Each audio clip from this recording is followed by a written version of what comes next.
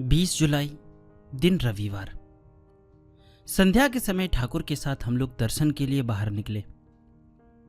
ठाकुर अन्य दिनों की अपेक्षा आज तेज गति से चलने लगे। माता ठाकुरानी, कुतु, श्रीधर आदि बहुत पीछे रह गए। मैं ठाकुर का कमंडलू हाथ में लेकर साथ साथ दौड़ा। ठाकुर सीधे कालीदह की ओर चलने लगे। सुना है आज कालीदह में बहुत बड़ा मेला है। हजारों की संख्या में लोग वहां उपस्थित हैं। रास्ते में भी लोगों की भीड़ कम नहीं है। मेला स्थल के निकट से होकर चलते चलते ठाकुर एकाएक रुक गए एवं एक व्यक्ति की ओर एकटक देखने लगे। यह देखकर मैं विशेष रूप से उस व्यक्ति की ओर लक्ष्य रखने लगा। उनकी वेशभूषा कुछ नहीं, कौपीन के ऊपर केवल एक पुराना मलिन बहिर्वास लपेटे हैं। श्याम वर्ण के हैं, आकृति दीर्घ एवं बहुत ही दुर्लभ है। शरीर में धूल अथवा ब्रज की रज लगी है। इससे मानो और भी कुरूप दिख रहा है। शरीर में माला या तिलक का नामो निशान नहीं है। माथे पर लंबे लंबे लाल भूरे रंग की जटा है। देखने में ठीक जैसे रास्ते के मजदूर के समान है, लेकिन आंखों की असाधारण ज्योति देखकर मैं चकित हो गया। ऐसा लगा जैसे उनके पलक झपकने के साथ साथ उज्जवल नक्षत्र चमक रहे हैं। ठाकुर को देखते ही वे लोग लगभग 100 गज दूर रहकर विश्रंखल भाव से नृत्य करते हुए अग्रसर होने लगे एवं समान गति से ठाकुर के पास से होकर चले गए। एक बार भी हरे कृष्ण नहीं कहा। ठाकुर फिर पीछे देखे बिना ही कालीदह की ओर चलने लगे। आश्चर्य यह कि मैंने तुरंत पीछे की ओर देखा, वह व्यक्ति दिखाई नहीं दिया। मेला देखकर हम लोग संध्या के बाद कुंज में आ गए। रात्रि में ठाकुर के पास बैठा हूं। ठाकुर ने कहा, मेले में आज एक महापुरुष का दर्शन हुआ। ऐसे महात्मा लोकालय में प्रायः आते नहीं, पहाड़ों पर ही रहते हैं। मैंने कहा, मैं तो आपके साथ साथ ही था। महापुरुष को आपने कहां देखा? मुझे क्यों नहीं दिखलाया? ठाकुर ने बोला, अविश्वास से भरा संसार है। इतने बड़े महात्मा पर कैसे विश्वास कर पाएंगे? हिमालय के ऊपर ही रहते हैं। ऐसे महापुरुष लोग अधिकतर नीचे नहीं आते। जब आते हैं तब इसी प्रकार छंदवेश में तीर्थ आदि घूमकर चले जाते हैं। पहले भी एक बार इन्हीं महात्मा के साथ मेरी भेंट हुई थी। इस बार केवल क्षण भर प्रकाश फैलाकर देखते देखते अंतर्धान हो गए। बड़ा आश्चर्य है, वास्तव में महापुरुष हैं। मैंने कहा, इतने लोगों के बीच आप एक व्यक्ति की ओर कुछ समय तक देखते रहे। मैंने देखा था, उनका कोई वेश नहीं था, ठीक साधारण मजदूर की भांति। वही क्या वो महापुरुष थे? ठाकुर ने बोला, होंगे, वही होंगे। उनके दोनों पैर भूमि से 1 फुट ऊपर थे। रज पर वे चरण नहीं रखते। पैर की ओर तो कोई देखता ही नहीं। पैर की ओर देखने से कई बार पकड़ में आ जाते हैं। मैंने बोला, वे तो रुके नहीं, आपके साथ उन्होंने कोई बात भी नहीं की। ठाकुर ने बोला, जो कुछ कहने का था सभी कहा। वे लोग क्या हम लोगों के समान केवल मुख से ही बातें करते हैं? संकेत से, दृष्टि से, कई प्रकार से वे लोग सारी बातें कहा करते हैं। मैंने बोला, संकेत द्वारा एवं दृष्टि से भी क्या बातचीत कर सकते हैं? ठाकुर ने बोला, तो क्या नहीं कर सकते? खूब कर सकते हैं। ऐसे कई जीव हैं जो मुख से कहते नहीं, संकेत व दृष्टि द्वारा ही सब व्यक्त करते हैं। 21 जुलाई, दिन सोमवार। आज मध्याह्न में ठाकुर ने सदाचार के संबंध में अनेक उपदेश दिया। ब्राह्मणों का आचार, नित्य कर्म, संध्या तर्पण आदि कितना उपकारी है, वह समझाकर कहा। बातों बातों में मैंने पूछा, वैदिक धर्म का अनुष्ठान करने से आजकल क्या कोई ऋषियों के समान हो सकता है? अभी भी क्या वशिष्ठ, याज्ञवल्क्य आदि के जैसा ब्राह्मण होना संभव है? ठाकुर ने कहा, वैदिक धर्म का अनुष्ठान करना आजकल बहुत कठिन है, सहज नहीं है। यदि कोई उस प्रकार अनुष्ठान कर सकते हैं तो संभव क्यों नहीं होगा?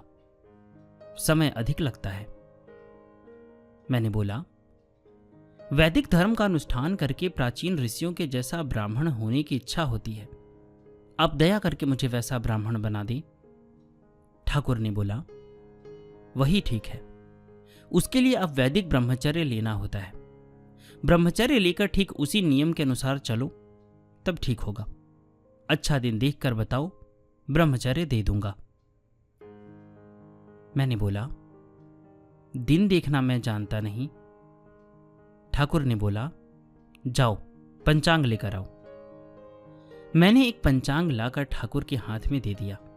ठाकुर ने देखकर कहा, 27 जुलाई श्रावण शुक्ल दशमी का दिन अच्छा है। उसी दिन एकांत में आकर ब्रह्मचर्य ग्रहण करना। मैं ही उस दिन तुमको समय पर बुला लूंगा। अभी किसी से कुछ कहना मत। हरिवंश पाठ के बाद ठाकुर ने कहा, पाठ का एक नियम रहना अच्छा है। समय निश्चित करके नियमानुसार अच्छी अच्छी पुस्तकों का पाठ करना।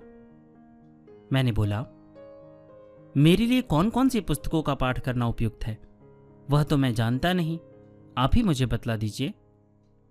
ठाकुर ने बोला, गीता का नियमानुसार प्रतिदिन पाठ करना, महाभारत का शांति पर्व और श्रीमद् भागवत पढ़ना। मैं समझता हूं कि जो भी लोग अभी ये सुन रहे हैं उन्हें भी ये कहा जा रहा है। श्री विजय कृष्ण गोस्वामी जी सूक्ष्म रूप से उन्हें भी यही मार्गदर्शन दे रहे हैं कि हमें प्रतिदिन गीता का पाठ करना चाहिए, महाभारत का शांति पर्व और श्रीमद् भागवत पढ़ना चाहिए। एक अध्याय भी पढ़ें, 2-3 पेज ही पढ़ें, लेकिन प्रतिदिन एक समय बना लें और हम सभी को पाठ करना चाहिए। मैं भी प्रतिदिन करता हूं। और बहुत ऐसी बातें हैं जो मैं समझता हूं कि हमें और आपको अपने जीवन में उतारना चाहिए। और अभी आगे सीरीज में बहुत सारी वार्ता हैं श्री कुलदानंद ब्रह्मचारी जी और विजय कृष्ण गोस्वामी जी के, तो आप इसको ध्यानपूर्वक सुनिएगा। और अगर आप लोगों ने इससे पहले वाले ऑडियोज़ नहीं सुना है तो मैंने प्लेलिस्ट बना रखा है सिद्ध संत की डायरी, तो वहाँ पे जाके आप देख लीजिएगा। बहुत सारा ऑडियो है, आप उसे सुन सकते हैं।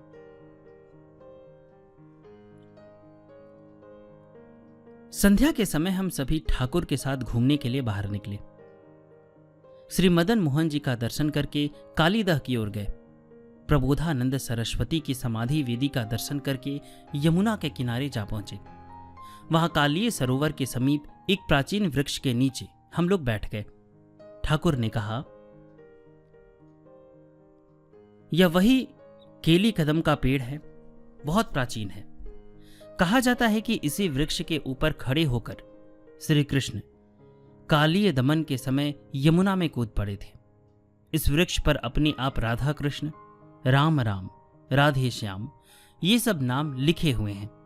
तुम लोगों की इच्छा हो तो देख लो। ठाकुर की यह बात सुनकर हम लोग वृक्ष के नीचे जाकर खोज करने लगे। पेड़ के तने में और ऊपर शाखा प्रशाखा में वह सब नाम स्पष्ट रूप से छाल के सिराओं द्वारा संस्कृत और बंगला अक्षरों में लिखा हुआ है। 2-1 स्थानों पर 2-4 नाम नहीं, समूचे वृक्ष पर ऐसे असंख्य नाम देखकर आश्चर्य होने लगा। मेरा चित्त बहुत ही संदेहपूर्ण है, सहज में कुछ भी विश्वास नहीं करता। मैंने ठाकुर से पूछा, दुष्ट पंडे लोग पैसा कमाने के लोभ में ये सब नाम छुरी से काट काट कर तो नहीं लिख दिए?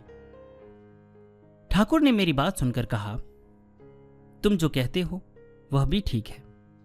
पंडों ने 2-4 स्थानों में छुरी से काटकर वह सब नाम लिखा है, परंतु वह देखते ही समझ में आ जाता है। स्वाभाविक नाम था, तभी तो पंडों ने वह लिखा है।